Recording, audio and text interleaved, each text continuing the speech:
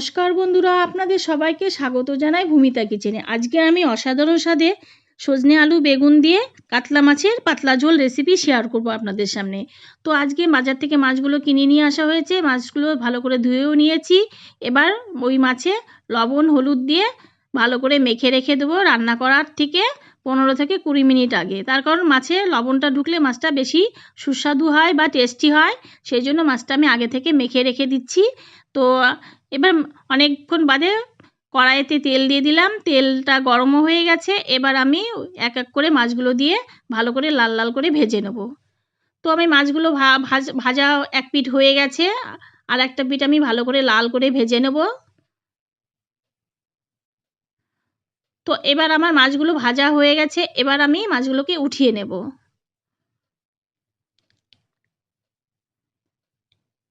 এবার ওই তেলেই পাঁচফোড়ন আর কাঁচা লঙ্কা আমি সম্বরা দিয়ে দেবো। এবার আগে থেকে সজনে বেগুন আলু সব কেটে রেখেছি, ভালো করে ধুয়েও রেখেছি, এটা আমি ছেড়ে দেবো। এবার পরিমাণ মতো নুন আর হলুদ দিয়ে একটু নেড়ে চেড়ে ঢাকা দিয়ে দেবো। তো হালকা জল বেরোবে, সেই জলটা শুকিয়ে গেলেই ঢাকাটাকে উঠিয়ে নেব। এবার আমি ঢাকাটা দিয়ে দিলাম। মিনিট 5 পরে ঢাকাটা উঠিয়ে আমি দেখব জলটা শুকিয়ে গেছে এবং সবজিটাকে আমি ভালো করে এবার ভেজে নেব, লাল লাল করে সবজিটাকে ভেজে নেব। একটু একটা টমেটোও দিয়ে দিলাম, টমেটোটাকে ভালো করে ভেজে নেব। তো আমার সবজিটা মোটামুটি ভাজা হয়ে এসছে। এবার শুকনো লঙ্কা বাটা আমি দিয়ে দেবো।